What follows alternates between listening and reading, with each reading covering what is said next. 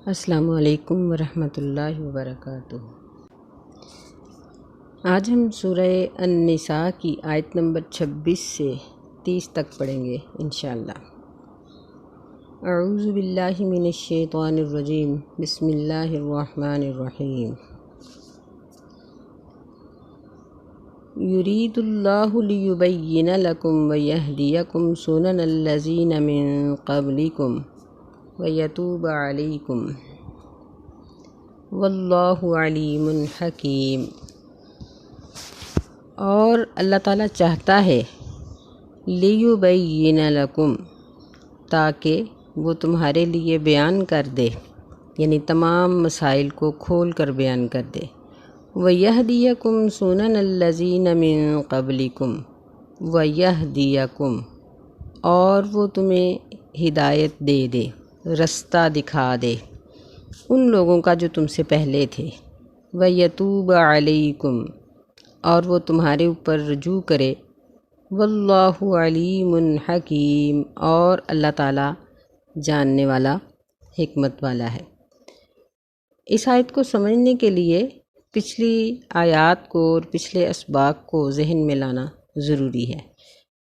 کہ اللہ تعالیٰ نے سورہ النساء سے لے کر اب تک جتنے مسائل بیان کیے ہیں، ان سب کے متعلق اللہ تعالیٰ ارشاد فرما رہے ہیں کہ اللہ تمہارے لیے زندگی کے ضروری مسائل کو واضح کر دینا چاہتا ہے۔ لیُبَیِّنَ لَکُم، یعنی اللہ کا ارادہ یہ ہے کہ وہ تمام مسائل کو واضح کر دے، بیان کر دے، تاکہ انسانوں کو، ہم مسلمانوں کو یہ پتہ چلے کہ ہم نے کون سے کام کرنے ہیں اور کون سے نہیں، کیونکہ اللہ تعالیٰ کے اطاعت والے کام کرنے سے اللہ کی سزا سے انسان بچ سکتا ہے، اور گناہ کے کام چھوڑنے سے اس کی سزا سے بچ سکتا ہے، اور اس کی جنت کو اور اس کی جزا کو ان دونوں طریقوں سے حاصل کر سکتا ہے۔ تو جب تک یہ واضح نہیں ہوگا کہ اللہ تعالیٰ ہم سے کیا کام لینا چاہتے ہیں اور کس کام سے روکنا چاہتے ہیں، اس وقت تک ایسا کرنا ناممکن تھا۔ اس لیے اللہ تعالیٰ نے یہ تمام طریقے واضح کر دیے اور ہمیں یہ کہہ دیا کہ اللہ کا یہ ارادہ ہے لیُبَیِّنَ لَکُم، کہ وہ تمہارے لیے ان تمام مسائل کو بیان کر دے اور تمہیں ان لوگوں کے رستے کی ہدایت دے دے جو تم سے پہلے تھے۔ اس لفظ سے یہ معلوم ہوتا ہے کہ عائلی قوانین اور معاشرتی قوانین تمام امتوں میں ایک ہی طرح کے رہے۔ پہلی امتوں کو بھی اللہ تعالیٰ نے اس طرح کے تمام احکامات عطا کیے تھے، مثلاً یتیموں کے حقوق کی نگہداشت، یا عورت سے مختلف قسم کی جو بے انصافیاں ہو رہی تھیں ان سے روکنا، میراث کے احکامات، اسی طرح نکاح اور جو عورتیں جن کے ساتھ نکاح کرنا حرام ہے ان کا تذکرہ، یہ تمام چیزیں پہلی امتوں کے لیے بھی بیان ہو چکی تھیں، اور اس سے ملتے جلتے تمام مسائل اللہ تعالیٰ نے ان کو بھی بتائے تھے، اور ان کے اوپر بھی یہ فرض تھا کہ وہ اس پر عمل کریں، اور جن لوگوں نے ان امتوں میں سے ان احکامات پر عمل کیا وہ اللہ تعالیٰ کی جنت کے وارث بنے۔ اس لیے فرمایا کہ اللہ تمہیں پہلی امتوں کے راستے کی ہدایت دینا چاہتا ہے۔ وَيَتُوبَ عَلَيْكُمْ، اور تمہارے اوپر رجوع کرنا چاہتا ہے، یعنی اللہ نہیں چاہتے کہ اپنے بندے کو سزا دیں۔ اس کی ہم ایک عام سی مثال ماں باپ اور اولاد سے لے سکتے ہیں، جو ایک سمجھنے کی حد تک ہے، ورنہ اللہ تعالیٰ کے جو ہیں، اللہ تعالیٰ کی جو تعریفات ہیں ان کی مثال ہم دے نہیں سکتے،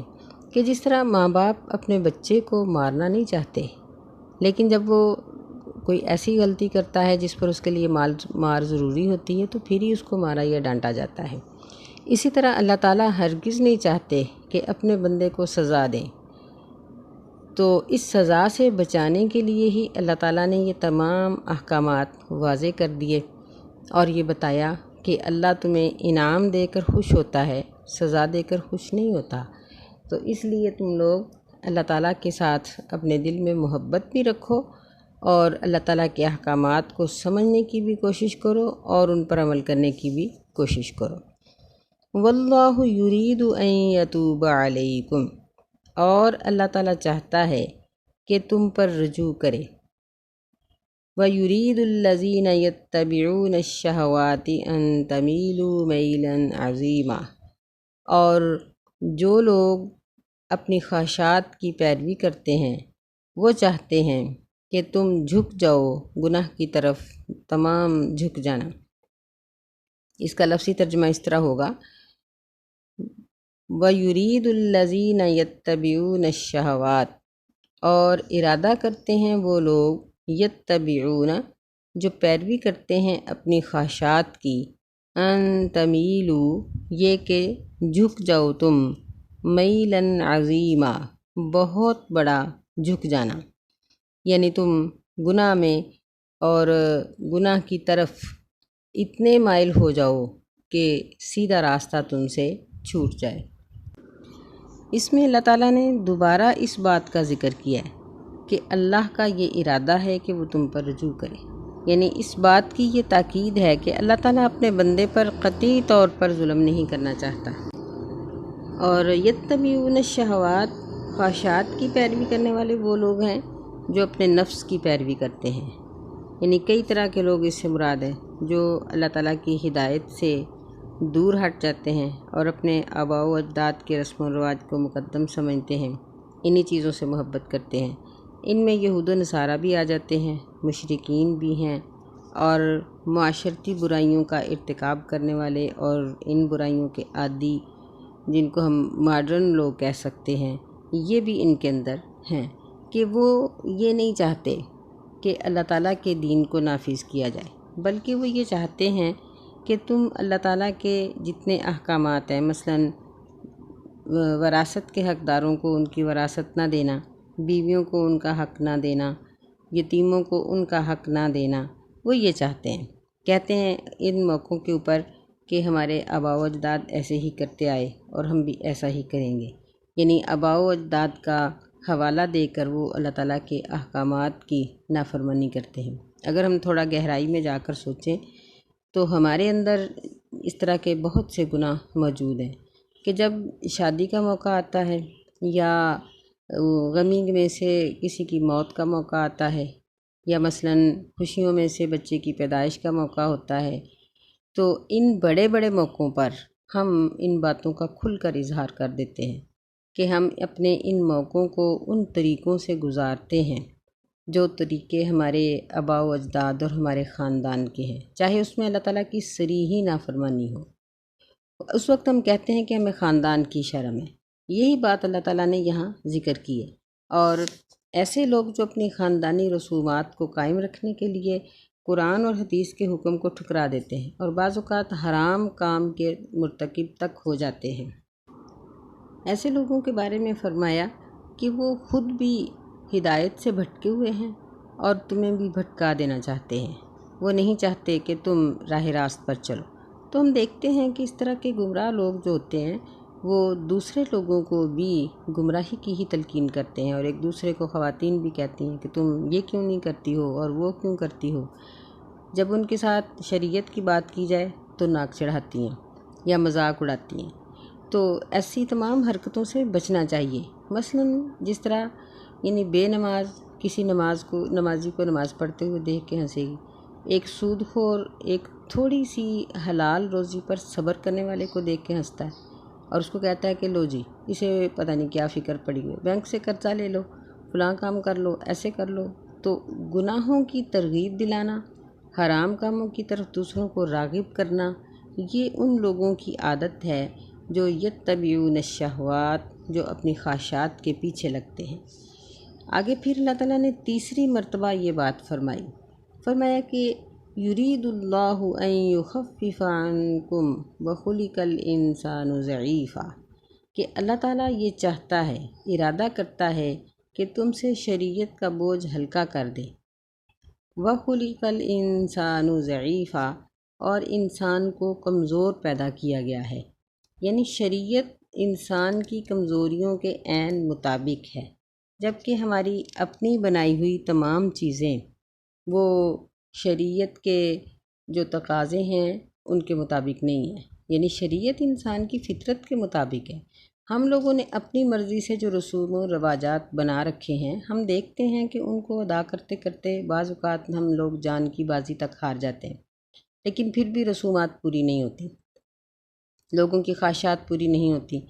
لوگوں کے لیے اگر ہم یعنی مختلف رسومات کو ادا کرتے ہیں ان کو راضی کرنے کے لیے، تو وہ راضی ہی نہیں ہوتے۔ تو اس لیے فرمایا کہ اللہ تعالیٰ یہ چاہتا ہے کہ تم سے شریعت کا بوجھ ہلکا کر دے۔ یعنی معلوم ہوا کہ اگر ایک شخص 100% شریعت پر عمل کرے گا اور شریعت کے مطابق وہ اپنی زندگی گزارے گا تو اس کی زندگی بہت ہلکی پھلکی ہوگی۔ لیکن ہمارے لیے مشکلات اس وقت آتی ہیں کہ جب ہم ایک کام تو شریعت کے مطابق کر لیتے ہیں، دوسرا کام ہم غیر شرعی طریقے سے کر لیتے ہیں۔ تو جب ہم دین اور دنیا دونوں کو یوں گڈ مڈ کریں گے اپنے طریقے کے مطابق تو پھر ہمارے لیے مشکلات ہوں گی، کیونکہ شریعت کے اندر دنیا کو ترک نہیں کیا گیا۔ شریعت ہے ہی دنیا کو چلانے کی راہ۔ شریعت کا معنی ہی یہ ہے کہ وہ راستے جن کے مطابق جن پر چل کر ہم اپنی دنیا کی زندگی کو گزار سکتے ہیں۔ دیکھیں کہ نکاح، شادی، بیاہ، خوشی، غمی، یہ سب چیزیں تو ہمیں شریعت نے بتا دی ہیں۔ تو پھر اس میں ان شریعت کے میں دنیا کی مخالفت کیسے ہو سکتی ہے؟ دنیا کے ترک کر دینے کی ہمیں تلقین نہیں کی گئی، بلکہ دنیا کو اپنے ساتھ چلانے کی تلقین کی گئی ہے۔ اپنے آپ کو مشکل اور مشقت میں ڈالنے کا ایک ذریعہ مال کا کھانا بھی ہے، جس کے بارے میں اللہ تعالیٰ نے اگلی آیت میں ہمیں نصیحت کر دی۔ فرمایا یا ایھا الذین آمنوا لا تأکلوا اموالکم بینکم بالباطل، اے ایمان والے لوگو، لا تأکلوا، نہ کھاؤ تم اپنے مالوں کو، بینکم آپس میں، بالباطل، باطل طریقے سے، الا ان تکون تجارۃ عن تراض منکم، مگر یہ کہ تمہاری آپس میں تجارت ہو آپس کی رضامندی کے ساتھ۔ ولا تقتلوا انفسکم، اور تم نہ قتل کرو اپنے آپ کو یا اپنے لوگوں کو۔ ان اللہ کان بکم رحیما، بے شک اللہ تعالیٰ تمہارے ساتھ بہت زیادہ رحم کرنے والا ہے۔ کہ انسان کی زندگی میں مال کو کمانا اور حاصل کرنا، کھانا، یہ ایک بہت بڑا حصہ ہے۔ تو اللہ تعالیٰ نے باقی احکامات کے ساتھ یہ بھی ہمیں بتا دیا کہ آپس کے مال تم باطل طریقے سے نہ کھاؤ۔ یعنی جب ہم تجارت کرتے ہیں، کاروبار کرتے ہیں تو ایک دوسرے کا مال کھاتے ہیں، لیکن یہ حق اور حلال طریقہ ہے کہ ایک دکاندار ایک چیز بیچتا ہے اور نفع میں دوسرے سے مال حاصل کر کے وہ اپنے روزگاری بناتا ہے، تو اس میں کوئی حرج کی بات نہیں ہے۔ لیکن ان میں بہت سی صورتیں ایسی ہیں جو باطل ہیں، جن کا ذکر احادیث میں آتا ہے۔ ہم یہاں مختصراً ان باتوں کو ذکر کریں گے، جن میں سے پہلے نمبر پر یہ ہے کہ ایسا ہر وہ کام جس سے دوسرے کا مالی نقصان ہوتا ہو، مثلاً چوری، ڈاکہ، غصب، غبن وغیرہ، یہ سب چیزیں حرام ہیں اور دوسرے کا مال حرام طریقے سے کھانے کا ذریعہ ہے۔ نمبر 2، سود کی تمام شکلیں، یعنی بینک سے متعلق جتنے بھی اکاؤنٹس ہیں اور جتنے بھی طریقے ہیں یہ تمام ہی حرام ہیں، سوائے کرنٹ اکاؤنٹ کے۔ اس میں بھی یہ ہے کہ مال رکھنے والا تو سود نہیں کھاتا، لیکن اس کے مال سے دوسرے سود کھاتے ہیں۔ اس لیے جو متقین ہیں ان کا یہ کہنا ہے کہ حتی الامکان بینک میں رقم محفوظ کرنے سے بچو، کیونکہ جب چوری یا نقصان ہے تو بینک سے بھی ہو جاتا ہے، اگر نہیں ہے تو اب بھی بے شمار لوگ ایسے ہیں جو اپنے گھروں میں اپنی رقوم اور اپنے زیورات کو سنبھال لیتے ہیں۔ تو جب ہم اللہ کی حفاظت پر یقین کریں گے تو بینک سے ہمیں رابطہ کرنے کی ضرورت نہیں پڑے گی۔ تیسرا وہ طریقہ ہے کہ جس سے تھوڑی سی محنت سے کثیر مال ہاتھ آتا ہو، جس طرح لاٹری، سٹہ بازی، یہ تمام صورتیں حرام ہیں، اس میں بیمہ سازی بھی آ جاتی ہے۔ چوتھا نمبر یہ ہے کہ اندھے سودے پر یا قسمت کے سودے پر سودا کرنا، یعنی جس میں صرف ایک طرف کا نفع ہو، دوسرے طرف کا نفع نہ ہو۔ مثلاً غوطہ خور کی غوطے کی قیمت لگانا کہ تم سمندر میں یا دریا میں غوطہ لگاؤ اور غوطے کے اتنے پیسے ہوں گے، لیکن جو بھی سودا ہمارے ہاتھ میں آئے گا نا وہ یعنی اس کی یہ قیمت ہوگی۔ اب ممکن ہے کہ وہ غوطہ لگائے اور اس کے ہاتھ میں ایک بھی چیز نہ آئے، مچھلی یا جو بھی وہ پکڑنا چاہتا ہے اس میں سے ایک بھی اس کے ہاتھ میں نہ ہو، تو اس طرح غوطہ خور کو فائدہ ہوگا اور جس نے یہ غوطہ لگوایا ہے اس کا نقصان ہوگا۔ اسی طرح اس کی پانچویں قسم یہ ہے کہ ہر ایسا لین دین جس میں ایک فریق کا فائدہ یقینی ہو لیکن دوسرے کا چاہے فائدہ ہو یا نہ ہو، یہ بھی حرام ہے۔ یعنی ایک کا فائدہ یقینی ہو اور دوسرے کا چاہے فائدہ ہو یا نہ ہو۔ بہت سارے سودے ایسے ہوتے ہیں کہ جس میں اس قسم کی شرائط لگائی جاتی ہیں تو یہ منع ہوں گے۔ اس کا چھٹا نمبر یہ ہے کہ ایسے سودے جو صرف تخمینہ سے طے کیے جائیں اور اس میں دھوکے کا احتمال ہو، مثلاً ایک ڈھیر کی قیمت لگانا یا بغیر ناپے تولے ایک کپڑے کے تھان کی قیمت لگا دینا، یا آنکھیں بند کر کے کہنا کہ جس چیز کو ہاتھ لگے گا، تو یہ چیزیں بھی حرام ہیں۔ اس میں شریعت نے بیع عرایا کی رخصت دی ہے، یہ صرف غریبوں کے لیے ہوتی ہے جب ان کو صدقتاً کوئی چیز دی جائے۔ اس کی وضاحت کسی وقت میں انشاءاللہ ہو جائے گی۔ ساتویں نمبر پر ایسا سودا جس میں مشتری دھوکہ دینے کی کوشش کرے، جس طرح عیب کو چھپانا، جانور کا دودھ روک کر اس کو بیچنا، ناپ تول میں کمی کرنا، یہ ساری چیزیں ایسی ہیں جس میں چیز کو بیچنے والا خریدنے والے کو دھوکہ دینے کی کوشش کرتا ہے، یہ بھی باطل طریقے سے کسی دوسرے کا مال کھانا ہے۔ آٹھواں نمبر اس کا یہ ہے کہ ایسی اشیاء کی خرید و فروخت جو حرام ہے، مثلاً شراب کی خرید و فروخت یا ایسی اشیاء کی خرید و فروخت جس سے شراب بنتی ہے، مثلاً مردار کا گوشت یا اور اس طرح کی چیزیں جن کا بیچنا حرام ہے، یا انگور اور کھجور صرف شراب کھانے والوں کو یعنی واضح طور پر جو شراب بنا رہے ہیں ان کے ہاتھ بیچنا، یہ بھی حرام ہے۔ اسی طرح اس 9ویں نمبر پر حکومت کے وہ تمام ذرائع جن کو استعمال کر کے کسی کا مال بٹورا جا سکتا ہے، مثلاً غلط قسم کے مقدمات کر کے لوگوں کے مال کو حاصل کرنا، یا رشوت دے کر کسی کی زمین یا کسی کی چیز پر قبضہ کر لینا غلط طریقے سے اور اپنی مرضی کے ساتھ اس سودے کو دوسرے کی مرضی کے اور اس کے حق کے خلاف حاصل کر لینا۔ حکومت کے بہت سے محکمے ایسے ہیں کہ جن کے جو افراد ہیں وہ ایسے کام کرتے ہی رہتے ہیں، دوسروں کے پلاٹ اور دوسروں کی چیزیں ہتھیاتے رہتے ہیں۔ اس کا 10واں نمبر یہ ہے کہ اللہ تعالیٰ کی کتاب میں تحریف کرنا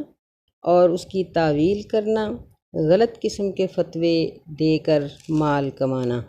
یہ بھی ایک بہت بڑا جرم ہے اور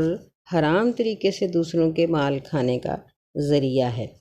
یعنی ایسے علماء جو غلط فتویٰ دے کر لوگوں سے مال حاصل کرتے ہیں یا شریعت کے کاموں کو غلط شکل دے کر وہ مال حاصل کرتے ہیں، تو ایسا مال بھی سارا ان کا حرام ہے۔